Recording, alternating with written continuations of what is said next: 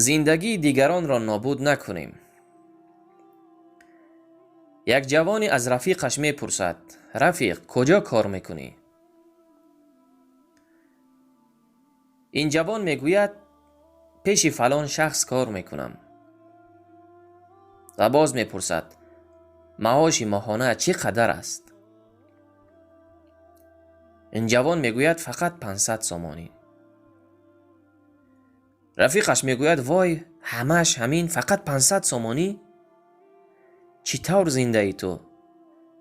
باور کن دوستم، صاحب کار قدر تو را نمیداند، خیلی کم است معاشت. و این جوان آهسته آهسته از وظیفه‌اش دل سرد می شود و درخواست معاش بیشتر می کند از صاحب کار. و صاحب کار هم قبول نمی کند و آخر اخراجش می کند. اکنون ببینید که قبلا شغل داشت، یعنی کار داشت، اما حالا بیکار است. و خانومی یک طفلی به دنیا می آورد و خانومی دیگر می گوید: به مناسبت تولد طفلتان شوهرت برای چه تحفه گرفت؟ این خانوم می گوید: هیچ چیز. و خانومی دیگر می گوید: راستی هیچ چیز برایت نخرید؟ یعنی تو برایش هیچ ارزشی نداری؟ و در بین این زن و شوهر بام را پرتافت و رفت. شام که شوهرش به خانه آمد، دید که زنش عصبانی است و کار به دعوا کشید و تمام.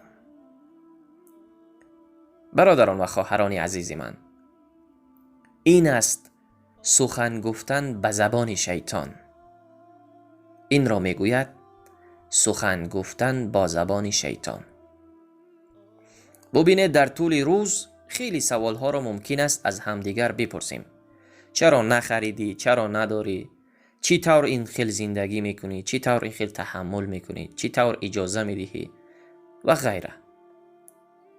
ممکن است هدف ما صرف کسب اطلاع باشد یا از روی کنجکاوی یا حماقت، اما نمیدانیم چی آتشی به جان شنونده میاندازیم. بیایید بدی نیندازیم در زندگی مردم. واقعا خیلی چیزها به ما ربطی ندارد، اما کنجکاو میشویم. السلام علیکم و رحمت الله